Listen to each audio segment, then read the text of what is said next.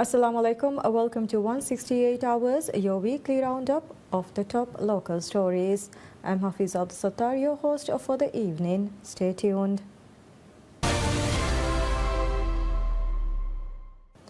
Minister of Finance and Planning Musa Zamir says the administration of President Dr. Mohamed Muiz is undertaking what it calls decisive steps toward fiscal stability through disciplined expenditure management and a sustained budget surplus.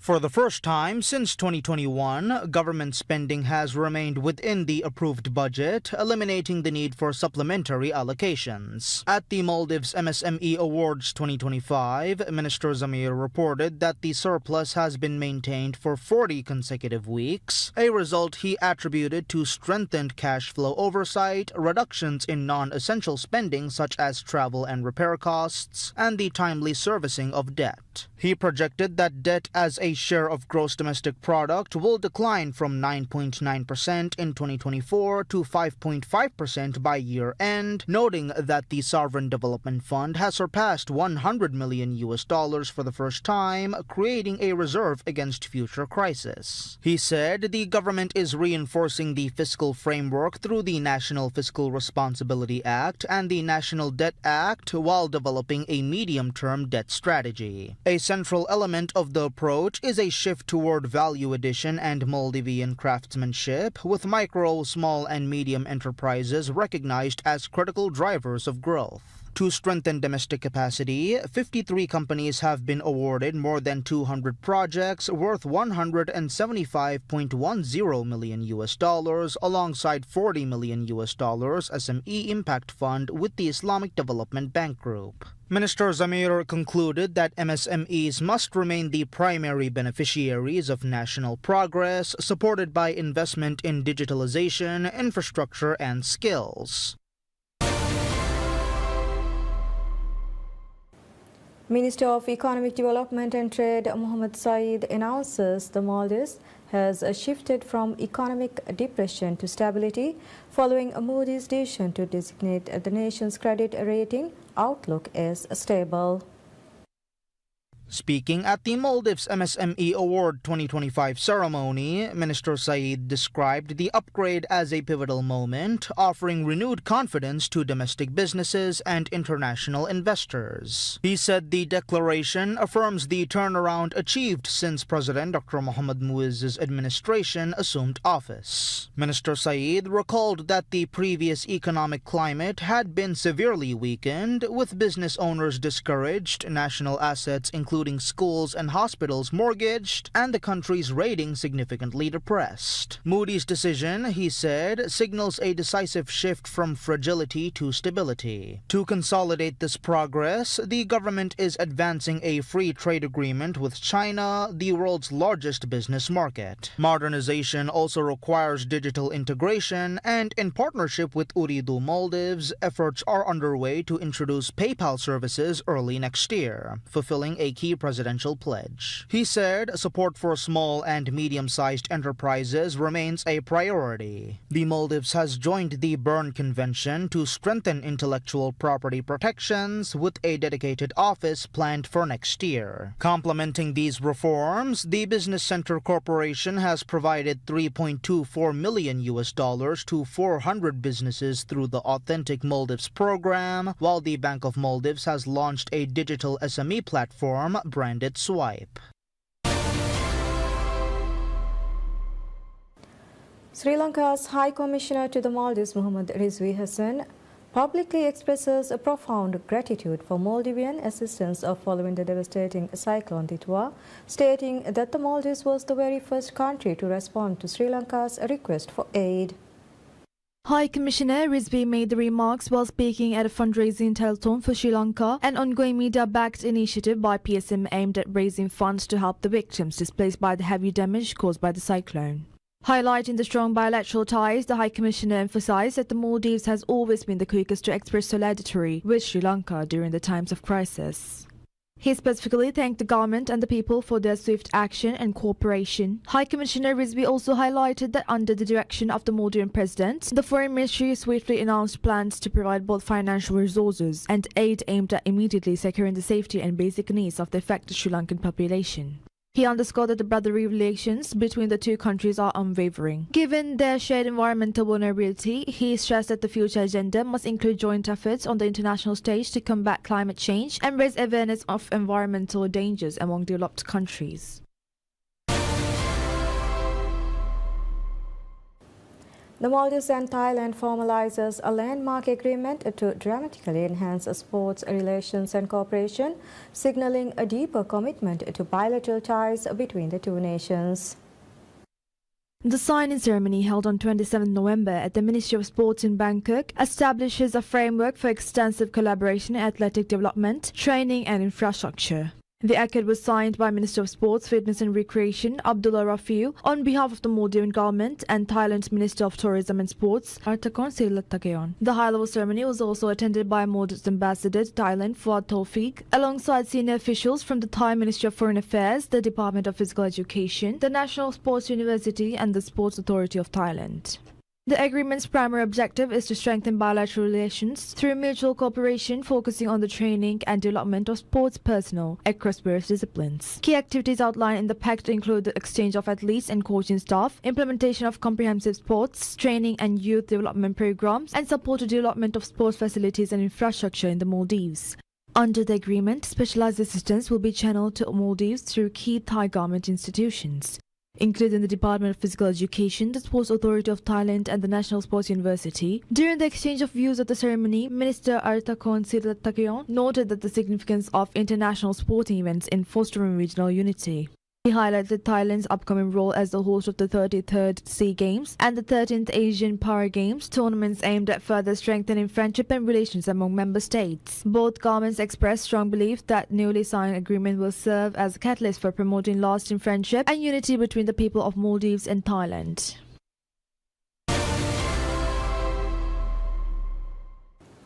The Institute of Chartered Accountants of the Maldives, CA Maldives, concludes its annual International Financial Reporting Standards IFRS Forum at the Villa Nautica Resort.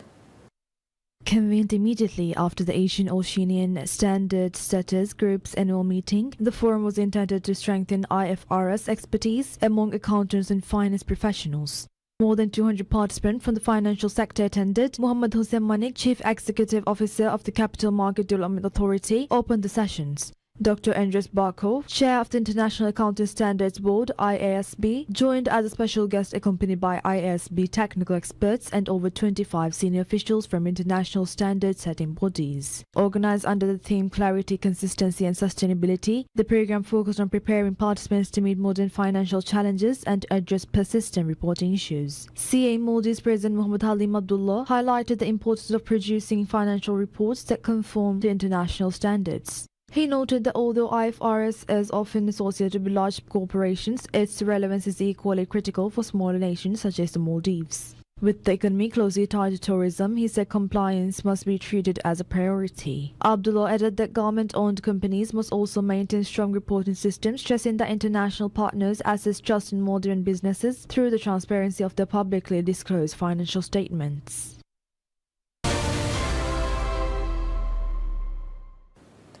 The Ministry of Finance and Planning reports a sharp contraction in the national budgetary deficit, attributing the improvement to raising revenues even as the government advances development projects and enacts pay harmonization. In its weekly fiscal developments report, the ministry said total revenue and grants reached $2.17 billion by the 20th of November, a 9.5% increase from the previous year. The gain was driven by a 12% rise in goods and services tax receipts, underscoring the strength of domestic revenue mobilization. Government expenditure declined by 12.6% to $2.28 billion, producing an 84% reduction reduction in the overall deficit, which now stands at $97.34 million. Recurrent spending edged higher to $1.95 billion, reflecting a 6.6% increase in wages and pensions, while capital expenditure fell steeply by 53.7%. Officials said the retrenchment in capital outlays reflects a strategy to prioritize and reorganize the execution of major infrastructure projects. Despite the fiscal adjustments following the November 1st implementation of pay harmonization, the government recorded a primary surplus of $168.64 million during the reporting period. By late November, the state had achieved roughly 84% of its projected revenue and grants for the fiscal year, marking significant progress towards its budgetary objectives.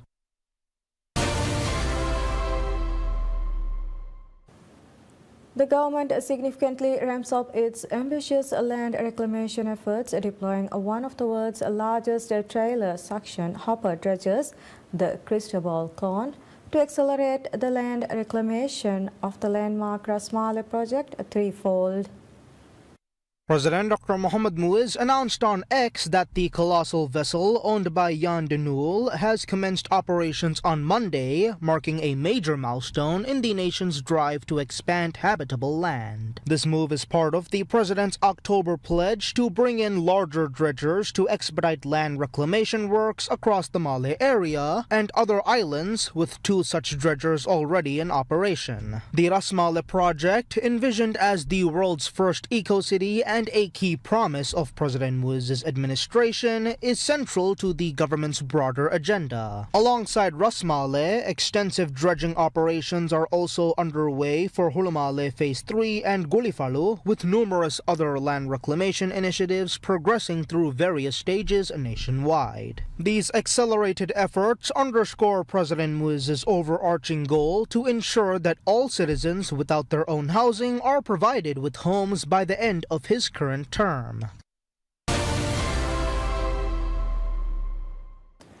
The Silonaiku Divehing Telton, a collaborative fundraising effort by public service media and local media to aid victims of Cyclone Ditwa in Sri Lanka, successfully raising a grand total equivalent of $800,352. The proceeds were officially handed over to Maldives' Ministry of Foreign Affairs on Monday, destined for the Sri Lankan government as humanitarian aid. At a ceremony held at the PSM studio, PSM Deputy Managing Director Abdullah Yamin Rashid presented the funds to the Minister of Foreign Affairs, Dr. Abdullah Khalil. Minister Khalil assured that the financial aid would be dispatched to the Sri Lankan government later Tuesday. He lauded the joint initiative by PSM and local media, emphasizing its significant role in strengthening the fraternal bonds between Maldives and Sri Lanka. The telethon, spearheaded by PSM in collaboration with nearly 40 local media outlets, ran from 9 a.m. on the 30th of November and concluded at 2 p.m. on the 1st of December. Crow Maldives served as the official audit partner for the telethon, working closely with PSM from its inception to its conclusion, including the meticulous counting of funds after the fundraising deadline. PSM extended its sincere gratitude to all participants and those who contributed in various capacities to the success of the telethon.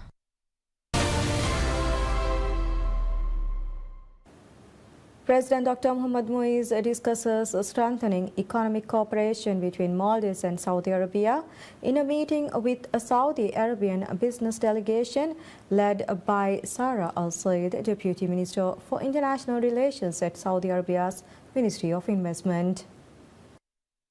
The delegation's visit follows the president's audience with Prince Mohammed bin Salman bin Abdul Aziz Al Saud, Crown Prince and Prime Minister of the Saudi Arabia, during his visit to the kingdom earlier this year to perform Hajj, where both sides discussed expanding investment cooperation between the Maldives and Saudi Arabia. The delegation's presence in Male is a significant step towards strengthening economic ties and exploring new, promising avenues of partnership between the two countries. Discussions during the call centered on deepening cooperation across several key sectors, including investment, private sector development, economic growth, agriculture, fisheries, artificial intelligence, information technology, and tourism. The delegation is also participating in the Maldives-Saudi Investment Roundtable, where they will engage directly with Maldivian government agencies and industry leaders across these thematic areas. The president expressed appreciation to Saudi Arabia for its long-standing generosity and support to the Maldives, noting that such assistance has greatly contributed to the nation's socio-economic development.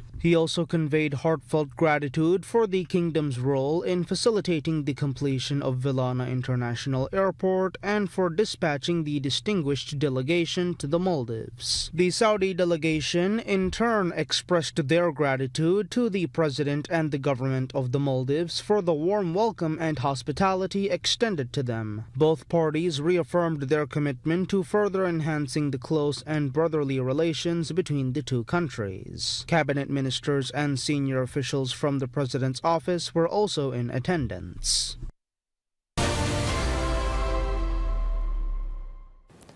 Speaker of the Parliament, Abdul Rahim Abdullah, expresses confidence that the 20th Parliament will perform even better next year. The Parliament concluded its third and final session for the year and went on recess on Wednesday. Speaking to PSM News, Speaker Abdul Rahim said 82 bills were introduced to the Parliament this year, with work on 60 bills completed. He said the focus had been on passing legislation that would ensure smoother and more efficient government operations. The Speaker highlighted that important bills are prioritized to ensure the government can deliver services without disruption, adding that the Parliament does not go on recess until pending critical work is completed, with extraordinary sessions sometimes held to ensure its completion. Expressing his satisfaction with the Parliament's performance this year, the Speaker noted that the current Parliament also completed some work inherited from the previous Parliament. He said the 20th Parliament will continue to focus on key legislative priorities to achieve the government's agenda in the coming year.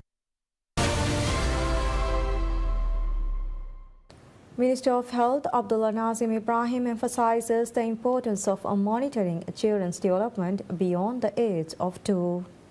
The Ministry of Health launched a developmental milestone tracking forum to identify growth challenges and developmental delays in children, facilitating early intervention and treatment. Speaking at the launch ceremony, the minister noted that monitoring children's development beyond the age of 2 is currently low. He stressed the need to continue tracking it to maintain existing achievements. He further noted that the ministry's growth monitoring program has now been digitalized to allow parents to easily track their children's growth and development up to 5 years via phone. Health service providers across the Maldives will maintain this form and have undergone training to use it effectively. From 2027, the form is required to be filled for all children starting school in order to help professionals provide better care and to enable parents to identify any development challenges.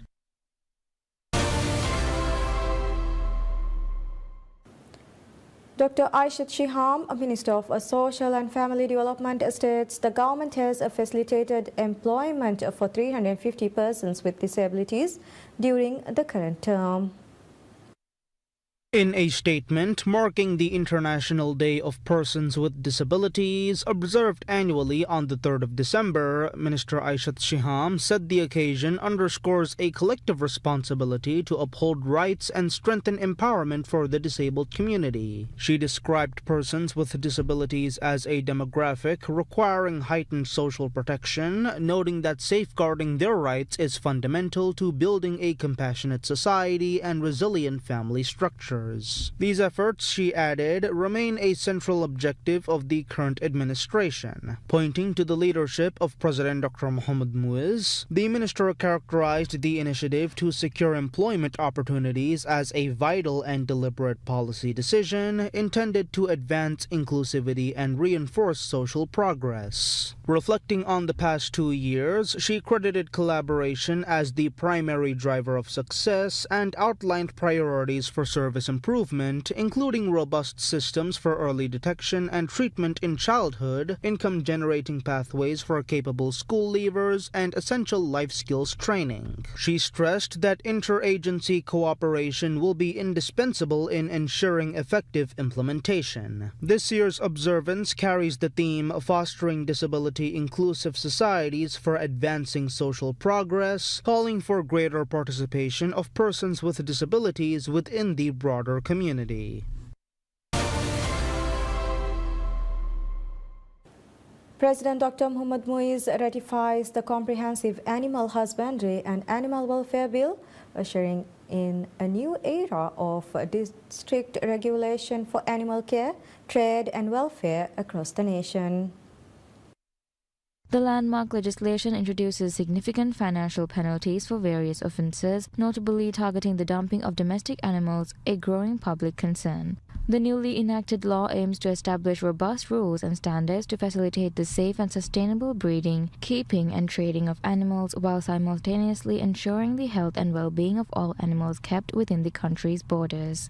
A key provision addresses public complaints regarding abandoned pets, with individuals found injuring an animal or releasing a stray animal in public places can now face fines ranging from $324.25 to $3,242.54. Beyond general welfare, the Act establishes a strong regulatory framework for biosecurity and commerce. It mandates registration for crucial activities including the importation of animals, the trade of animal feed and medicines, and the possession of certain items. To enforce these standards, the bill places the responsibility for formulating policy and executing the law squarely on the Minister of Agriculture and Animal Welfare. Additionally, the government is required to establish necessary infrastructure, including port quarantine facilities and dedicated animal sanctuaries at ports where animals are imported. Penalties outlined in the bill reflect the severity of certain offences. Spreading disease through animals carries the most severe fine, ranging from $648.50 up to $64,850.84. Misconduct concerning commercial activity is also heavily penalized, with illegal import and export subject to fines between $324.25 and $32,425.42. Lesser violations such as illegal breeding, sample fraud, or breaches of animal husbandry standards will incur fines from $648.50 to $6,485.8. Though the bill has been ratified, the Act will come into force 90 days from the date of its ratification, giving authorities and the public time to prepare for the sweeping new regulation.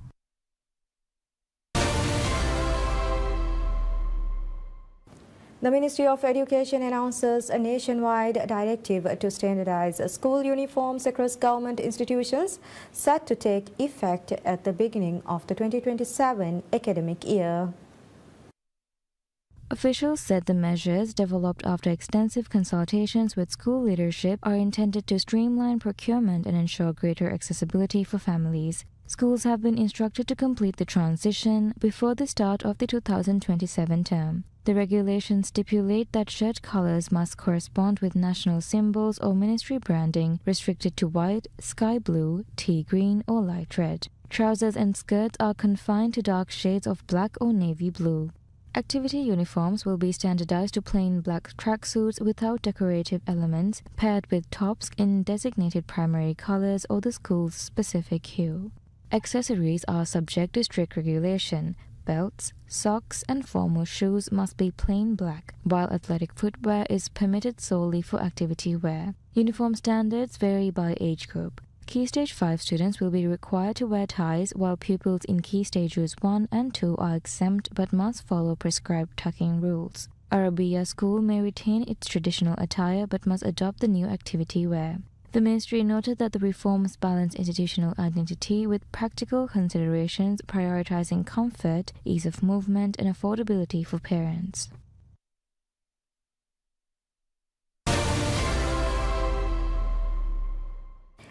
That's all we have for now. Thank you for watching 168 Hours. See you next time.